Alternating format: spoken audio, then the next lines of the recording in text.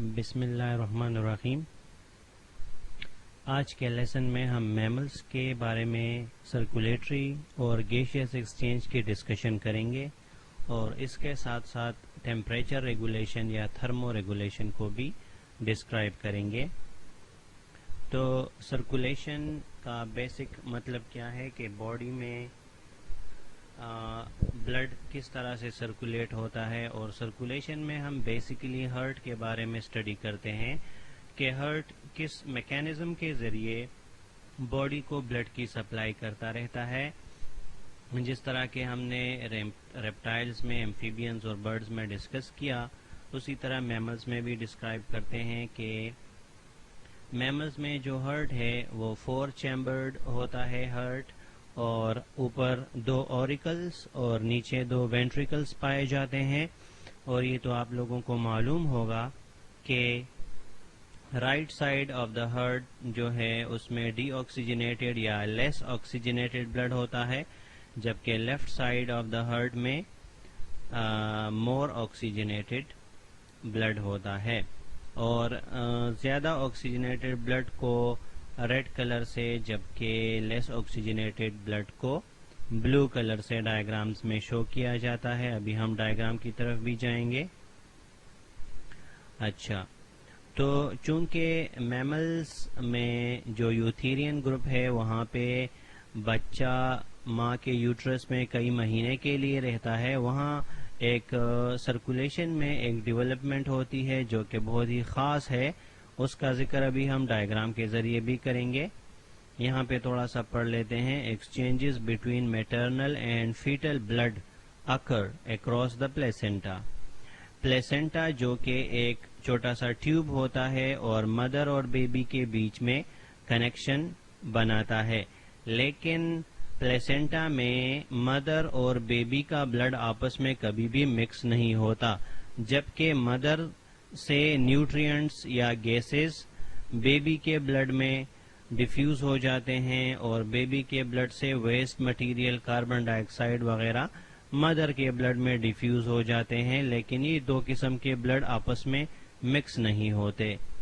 تو heart, mammals میں جو ہارٹ ہے اس میں بھی 2 قسم کے سسٹمز ہیں۔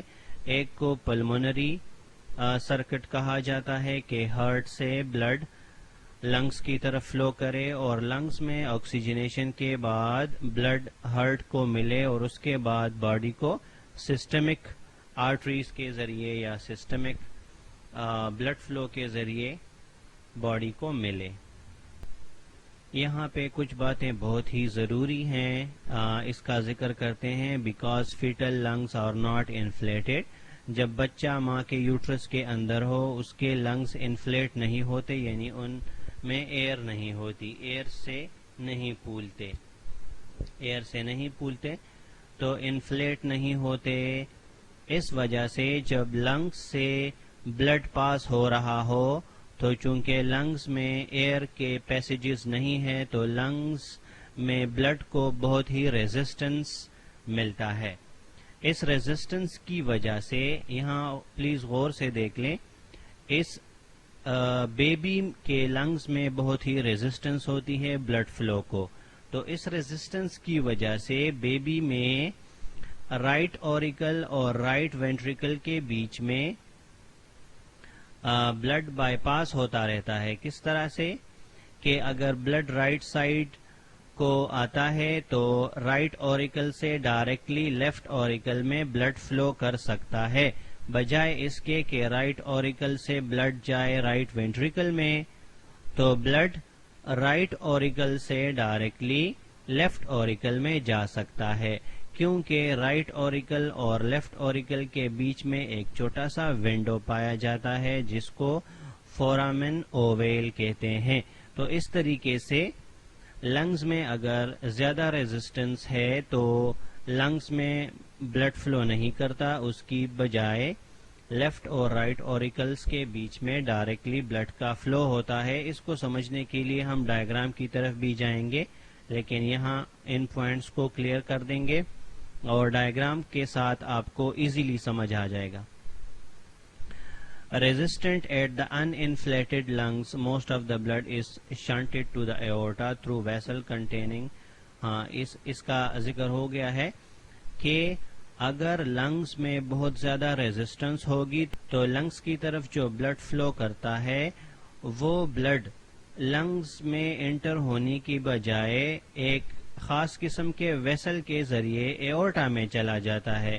اس کو ڈکٹس آرٹیریوسس کہا جاتا ہے. چونکہ یہ کانسیپٹ تھوڑے سے مشکل ہیں اس کو ابھی ہم ڈائیگرام سے دیکھ لیتے ہیں.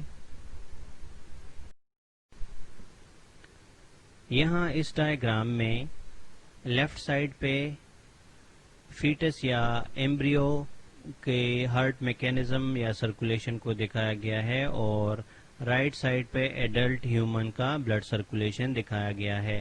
تو پہلے ہم ایڈلٹس کا سرکولیشن دیکھ لیتے ہیں.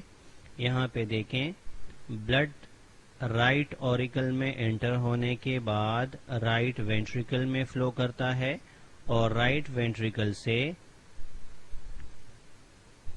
اس آرٹری کے ذریعے لنگز میں ٹریول کرتا ہے. لنگز میں آکسیجنیشن کے بعد اس ویسل کے ذریعے لیفٹ اوریکل میں انٹر ہوتا ہے بلڈ اور لیفٹ اوریکل سے لیفٹ وینٹریکل میں انٹر ہونے کے بعد ایورٹا میں ٹریول کرتا ہے.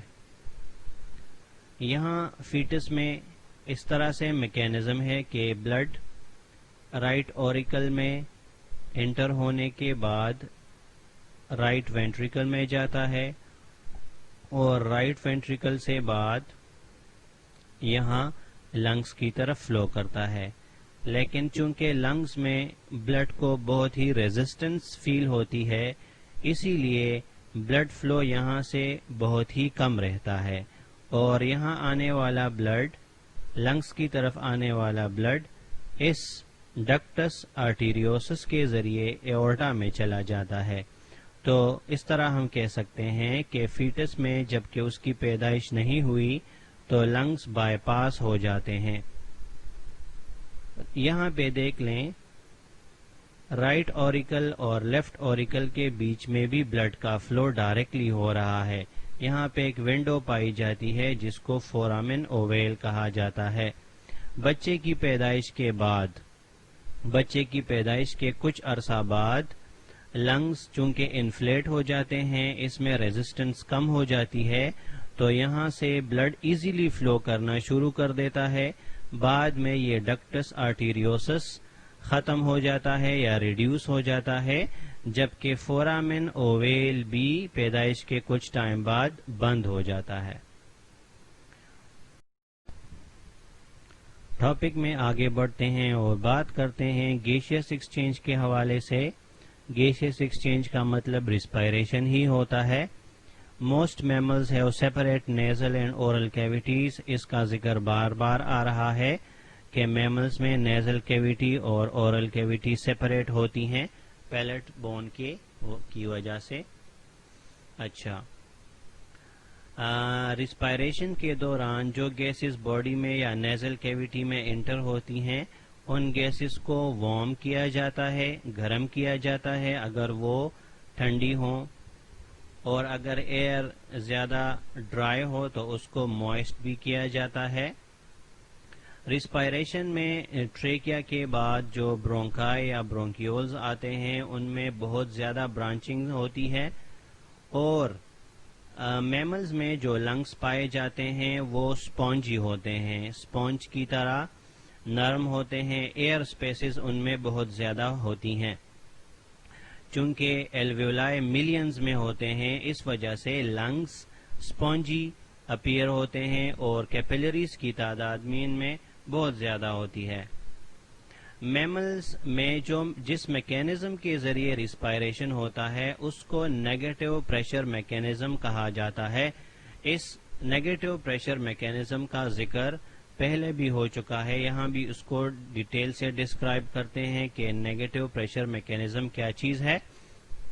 لیکن اس کو سمجھنے کے لیے ہمیں کچھ باتوں کو ذہن میں رکھنا ہوگا. نمبر 1 یہ کہ لنگز کے نیچے ایک میمبرین پائی جاتی ہے, ایک پردہ پایا جاتا ہے جس کو ڈائفرام کہتے ہیں، اور لنگس کے اوپر ربز یعنی پسلیاں پائی جاتی ہیں.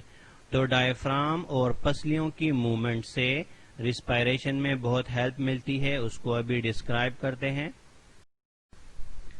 پہلے ذکر کریں گے انسپائریشن کا، کہ انسپائریشن کا پروسیس کس طریقے سے ہوتا ہے. تو انسپائریشن کے دوران لنگس کے ارد گرد پریشر انتہائی کم ہو جاتا ہے، جس کو کہتے ہیں نیگیٹو پریشر. کس طرح سے کم ہو جاتا ہے؟ انسپائریشن کے دوران رب کیج یعنی پسلیاں باہر کی طرف نکل آتی ہیں، باہر کی طرف موومنٹ کرتی ہیں، اور ڈائفرام نیچے کی طرف موومنٹ کرتا ہے. ان دو قسم کی موومنٹس کی وجہ سے لنگس کے اوپر پریشر کم سے کم ہو جاتا ہے اور لنگز سائز میں بڑھ جاتے ہیں. جب لنگز سائز میں بڑھ جاتے ہیں تو لنگز کے اندر پریشر بھی انتہائی کم رہ جاتا ہے. تو ہوا کا پریشر لنگز کے پریشر کے مقابلے میں بہت زیادہ ہوتا ہے، اس وجہ سے جلدی سے ایئر لنگز کی طرف فلو کرتی ہے. جبکہ ایکسپائریشن میں اس کے الٹا پروسیس ہوتا ہے. ریبز یا پسلیاں اپنی جگہ واپس آتی ہیں اور لنگز کو پریس کرتی ہیں. اسی طرح ڈائفرام بھی اوپر کی طرف آتا ہے اور لنگز کو نیچے سے پریس کر دیتا ہے.